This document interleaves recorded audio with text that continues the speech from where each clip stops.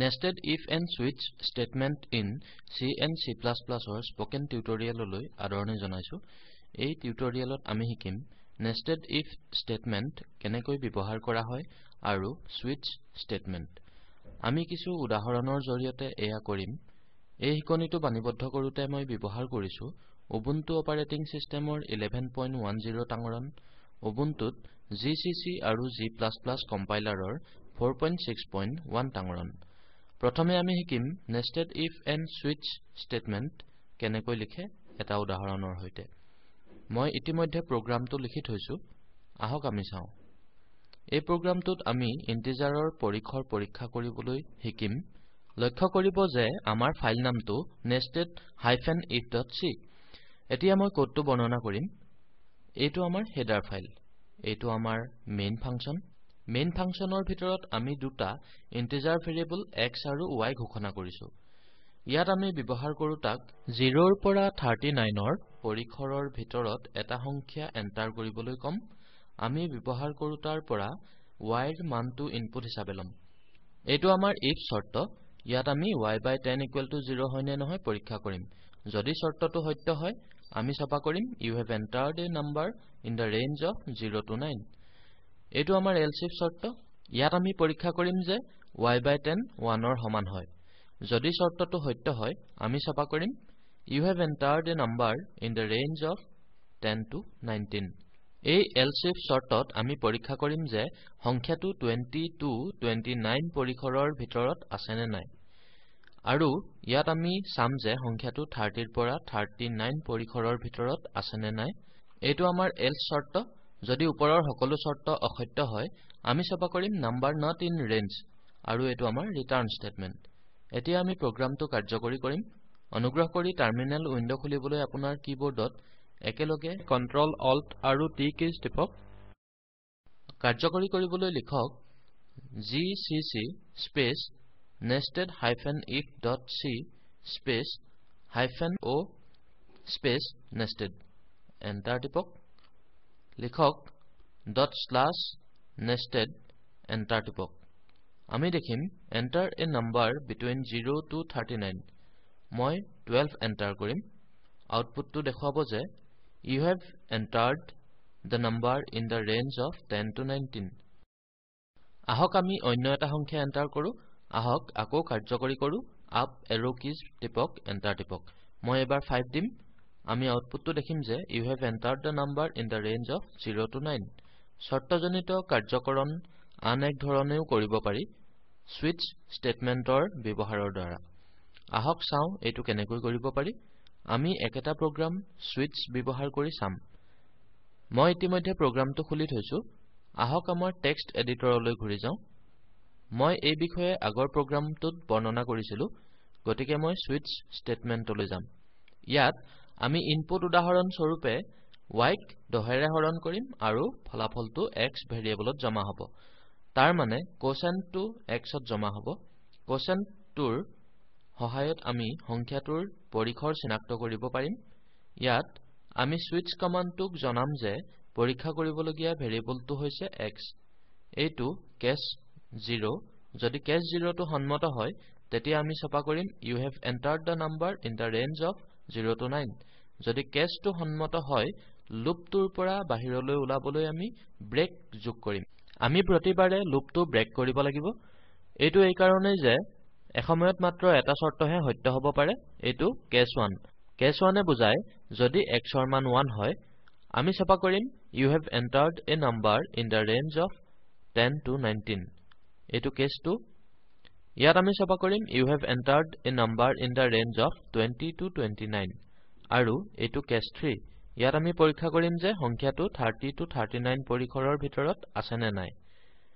এইটো default cash যদি ওপৰৰ এটাও কেছ সন্মত নহয় ডিফল্ট কেছে কি কৰিব লাগিব সূচিত কৰে ইয়াত আমি পৰিখৰত নথকা সংখ্যা ছপা কৰিম আৰু এইটো আমাৰ ৰিটাৰ্ণ ষ্টেটমেন্ট আহক আমি প্ৰগ্ৰামটো কাৰ্যকৰী কৰো টাৰ্মিনেললৈ ঘূৰি আহক লিখক gcc space switch.c space -o space switch enter টিপক লিখক .switch enter টিপক Enter a number between 0 to 39 মই 35 এন্টাৰ কৰিম আউটপুটটো দেখিম যে you have entered the number in the range of 30 to 39 এতিয়া আমি C++ ত প্ৰগ্ৰামসমূহ কেনেকৈ কাৰ্যকৰী কৰা হয় চাম টেক্সট এডিটৰলৈ ঘূৰি যাওঁ লক্ষ্য কৰিব আমাৰ ফাইল নামটো nested-if.cpp হয়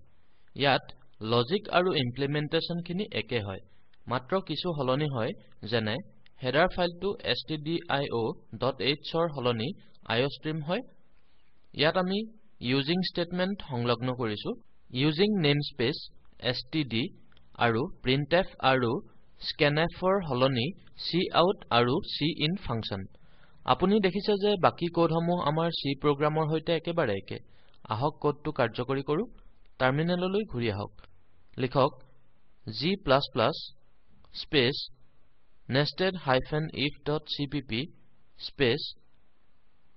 -o স্পেচ nested1 এন্টাৰ টিপক লিখক .nested1 এন্টাৰ টিপক enter a number between 0 and 39 মই 40 এন্টাৰ কৰিম আউটপুটটো দেখিম যে number not in range এতিয়া আহক C++ ত সুইচ প্ৰগ্ৰামটো চাওঁ টেক্সট এডিটৰলৈ ঘূৰি আহক ইয়াতো লজিক আৰু ইমপ্লিমেন্টেশন খিনি একে হয় আপুনি দেখিছে হেডাৰ ফাইলটো iostream হয়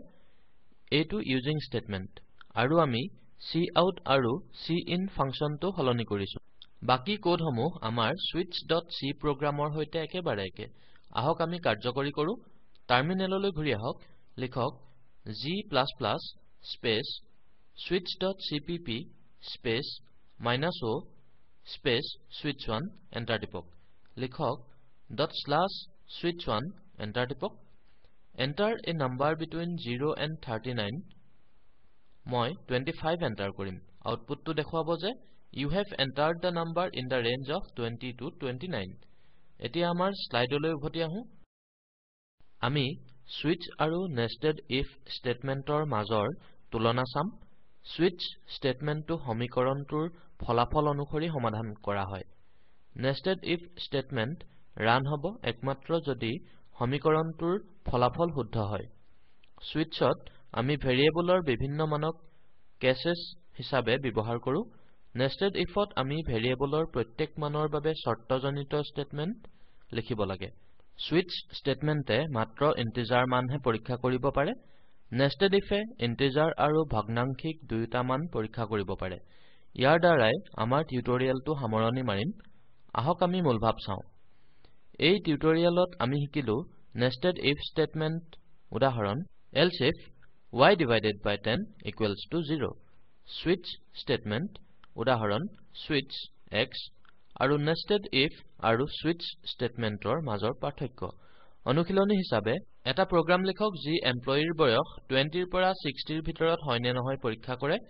তলত দেখুৱা সংযোজনত দেখিবলৈ পোৱা কথাচিত্ৰটো চাব এইটো আমাৰ স্পোকেন টিউটৰিয়েল প্ৰকল্পৰ মূলভাৱ আপোনাৰ যদি বেণ্ডউইথ ভাল নহয় তেন্তে এই কথাচিত্ৰটো ডাউনলোড কৰি চাওক স্পোকেন টিউটৰিয়েল প্ৰকল্পৰ দলে স্পোকেন টিউটৰিয়েলৰ ব্যৱহাৰৰ কৰ্মশালাও পাতে অনলাইন পৰীক্ষাত উত্তীৰ্ণসকলক প্ৰমাণপত্ৰ দিয়ে অধিক জানিবলৈ অনুগ্ৰহ কৰি contact@spoken-tutorial.org লৈ লিখক স্পোকেন টিউটৰিয়েল প্ৰকল্প টক টু এ টিচাৰ প্ৰকল্পৰ অংশ হয় ইয়াক আইচিটি এমএচআৰডি ভাৰত চৰকাৰৰ জৰিয়তে নেশ্যনেল মিছন অন এডুকেশ্যনে সহায় কৰিছে ইয়াৰ বিষয়ে অধিক তলত দেখুৱা সংযোজনত দেখা পাব মই কৃষ্ণ কমল দুৱৰা উপভোগ কৰাৰ বাবে ধন্যবাদ